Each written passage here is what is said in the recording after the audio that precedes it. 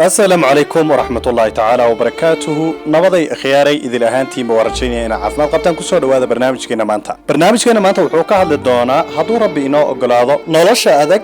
يابها لمهورانكا أي تهي وقت جاني لتشوغو إن أتسيط نبقى أدو أغاتو سيدو كلنا نولاشا آدان كعبسان عقبات كده يرهيسي كده أتسيط نبقى أواجهدو أو كفول هذا بوقت جاني لتشوغو محاي لمهوران تهي إن أديك الشخصيات كذا aad si toos ah u ogaato lama huraana ku aha noloshaada lagana siman yahay sida wiilasha gabdhaha ragga dumarka hooyooyinka aabayaasha culimo iyo caamaba hadaba waxa muhiimka ay tahay inaad ogaato ayaa noqon haya inay dunidu aysan ahayn dunidii aad taqaanay hadii aad taqaanay duni nabadeed waxay dunidu isu bedeshay duni colaadeed oo dhiiga bini'aadamka iyo dhimashada qofka bini'aadamkii uu ka yahay ganacsiga maanta ugu sareeya ama businesska ugu qiimaha badan ee la kala iibsado dadka marka ay luqada Soomaaliga ku hadlayna dadka waxaynu u kala qaybinaa laba qaybood labadaasi oo kala ah sokeeye iyo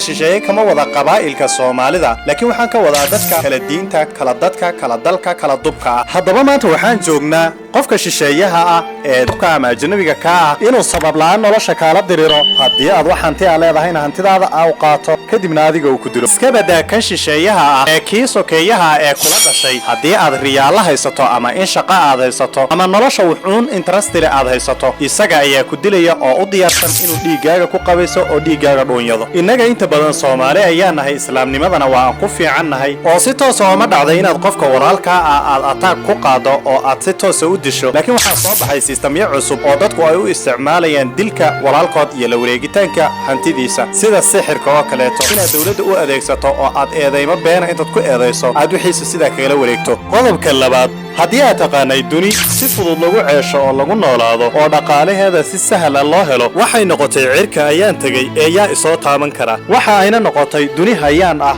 oo habeenba xiraguul meel ugu bariyaysa isla markaasna hayaankeeda qofka dhididka dhuuxa iyo dhiigaba miira uusan marna hadafyada iyo yoolasha uu leeyahay uusan ka gaari karin hadaba inaga dadka Soomaalida hadaan nahay dadka caalamka waa aynu ka gobsanayn sida taariikhaha aynu ku hayno sababtay tahay waxaan ahayn dad wax isla cuna wax isla caba mid haduusan shaqaynin midka la dhashay ama qaraabada uu aha oo shaqadiisa wax ka siiyo garab iyo gacal uu isu aha oo ay ceeb iyo ihaano ku tahay walaalka oo baahan inaad barwaaqaysanaato hadaba taas waxaan daliil cad ooga dhigan karaa oo cadayn ahaan aan ku siin karaa waagi hore Soomaalidii gobta ay waxa ka jirtay wax la dhaho xoologooyadaas oo ahaan jirtay qofku marka uu caydhoobo inay walaalihii inta isu tagaan mid waliba hanti waxa uu haysto geelo iyo ari iyo gini haday tahayba in inta la soo ururiyo in wuxuu ku dhaqdo iyo wuxuu ku dhisto halkaas lagu gudo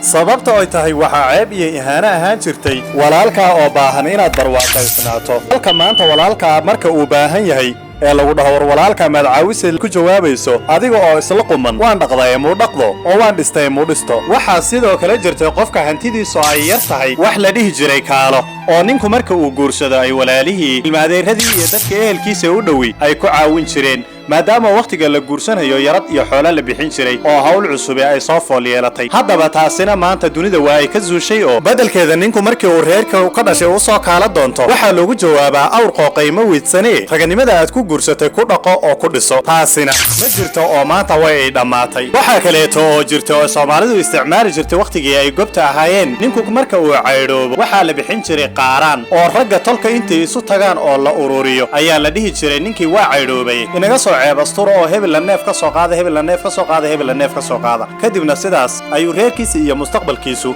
iyo gobonimadiisu ay ku sii jiri jirtay balse taasina maanta dunida waa ay ka ahaatay maadaama oo aan intaan la haynin midna waa sababtaada soddon jir aad xilalaan iyo xoolo la'aan aad xaadirka u soo tahay hadaba su'aasha isweydiinta mudan ayaa waxay noqonaysaa maadaama aan intaas midna la haynin maxaa lama huraan ah maxay lama huraan tahay inaad ogaato maxaa qasab tahay inaad samayso halkee ayaan wax ka bilownaa sidee ayaan wax u bilownaa goorma ayaynu bilowna barnaamijkan xiga ayaynu ku wadaagi doonaa sida iyo salaamu alaykum warahmatullahi ta'ala wabarakatuh subscribe iyo share iyo comment inoo dhah barnaamijka